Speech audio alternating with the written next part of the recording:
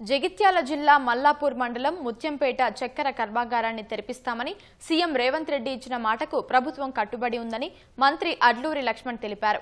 ముత్యంపేట చక్కెర కర్మాగారాన్ని ప్రభుత్వ విప్ ఆది శ్రీనివాస్తో కలిసి మంత్రి పరిశీలించారు. ఫ్యాక్టరీ కింద గతంలో చెరుకు ఎంత సాగయ్యేదనే వివరాలను సంబంధిత ఫ్యాక్టరీ అధికారులతో మాట్లాడి తెలుసుకున్నారు.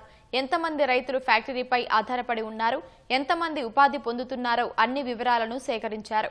రైతులకు ఇచ్చిన మాట మేరకు ఫ్యాక్టరీని తెరిపించేందుకు పరిశీలన జరుపుతున్నామని మంత్రి తెలిపారు.